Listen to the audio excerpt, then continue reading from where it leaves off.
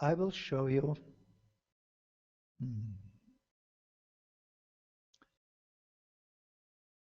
Hi. I will show you how to analyze the training needs of people before designing a training for them. This introduction is quite quick. If you want to learn more, you go to the document that you'll find on my course. I switch now to the presentation. It makes no sense to climb a ladder if it leads to the wrong place, so make sure the ladder is properly positioned. Equally, it makes no sense to give a training if its goals do not meet the needs of the participants. So make sure you know the needs in detail. What are quality aspects of a training? A course is pertinent if the goals are relevant for the needs of the participants. It is coherent if the selected methods, resources, and time available are coherent with the goals. It is efficient if the ratio between effort and effect is favorable. It is effective if the goals and objectives are met. A course that leads to changes in the wider context and in the long run is called to be sustainable.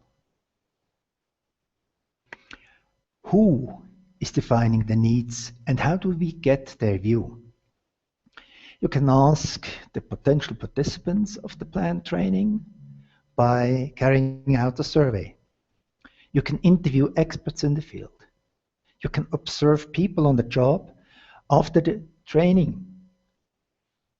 Enterprises offering jobs to people the training is meant for have often job descriptions. Then you may consult the formal regulations of institutions such as syllabus. Why should you do a needs analysis? The training intervention has to produce a relevant outcome. Training has to be individually adjusted to a heterogeneous target group. Prior knowledge of participants can be respected. Learners want to find their individual learning path. We know different approaches. I will show you one that we have used many times over. A needs analysis in 2 steps. You first make a nominal group technique and then a survey to identify the needs of the participants. Let's start with step 1. Why should you use this technique? I mean, nominal group technique is kind of a brainstorming that you carry out in a mixed group of people with different backgrounds who do not know each other. Some group members may be much more vocal than others. Some group members may think more creatively in silence. There is a concern about some members not participating. Some group may not easily generate quantities of ideas. People approach a question from different viewpoints. There is no consensus about the result or some issues. It may be even controversial. The step 1.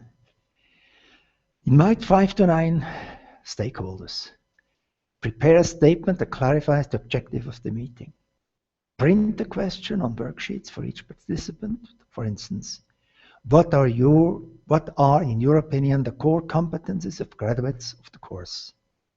Prepare the room, bring the material, and prepare a welcome statement. Then, the important step 2, silent idea generation. The benefits of silent generation include it allows adequate time for thinking and reflection. It promotes social facilitation. It avoids interruptions, undue focus on one idea and competition, as well as status and conformance pressures, or choosing prematurely between ideas. It promotes a problem-centered focus. Then you record ideas in a round robin It promotes equal participation in the presentation of ideas.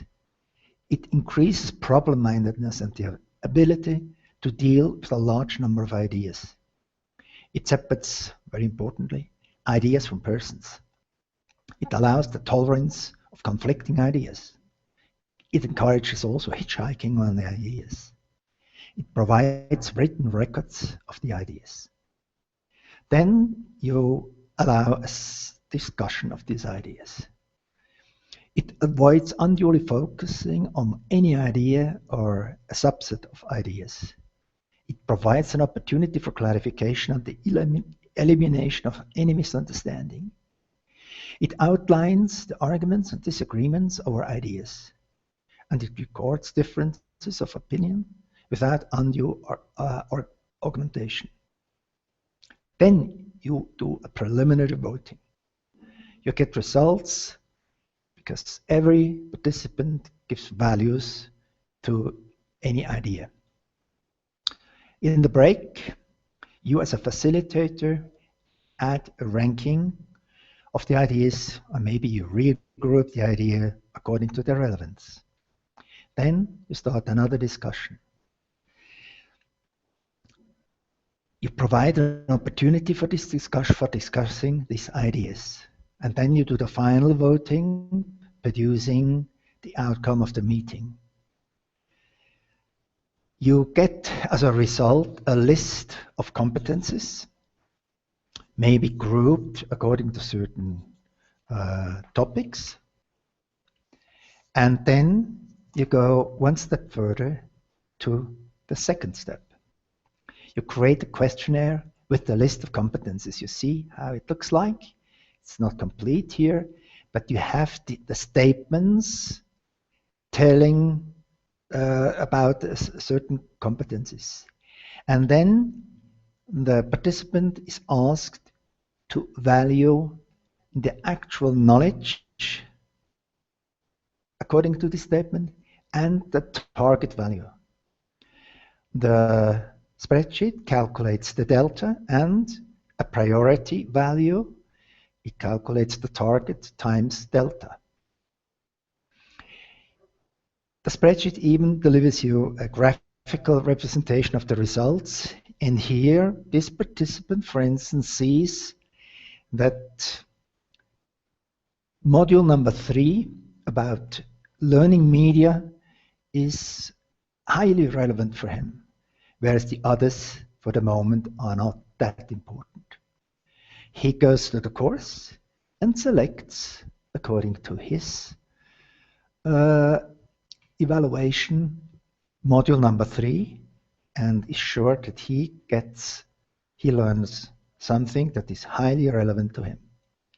You may go to the course where you see the link here, just to find out how this system is actually applied in practice. The benefit of this analysis is a good identification and evaluation of current performance gaps. It determines critical key performances to be addressed. Training strategies are appropriate to the organizational structure, to the culture. It builds credibility as a provider of trainings, showing that you take the views of the stakeholders into account. It makes sure that the training objectives are up to date. It avoids participants being bored or overstrained in training. It informs participants what they are going to learn. That's a good preparation for their learning process. Now, let's go to this course.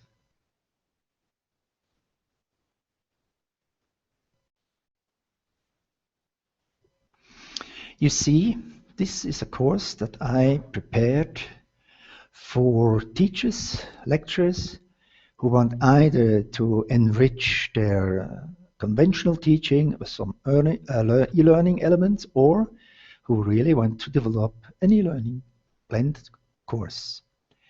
Now, it consists of a module advanced organizer and 7 modules concerning different topics.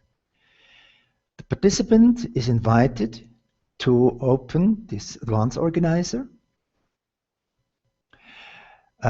Here he learns how the course looks like and what the Google tools offer him. And then he might go to the needs analysis. Here you can click on needs analysis and you directly go to the spreadsheet that you have seen before. Here are the numbers that are given in, for instance, for the first competence. And if I go very deep, my actual knowledge is nearly nothing.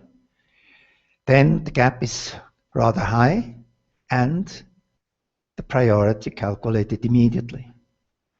It makes the whole calculation, and then you can go to the chart and have an idea where in what field your priorities lay. That's quite a convenient way of how to find a good learning path that is individually adapted to your goals. You have a look at the course and you may find a document about the needs analysis which is a little bit more comprehensive. And then I wish you good luck with these techniques. Goodbye.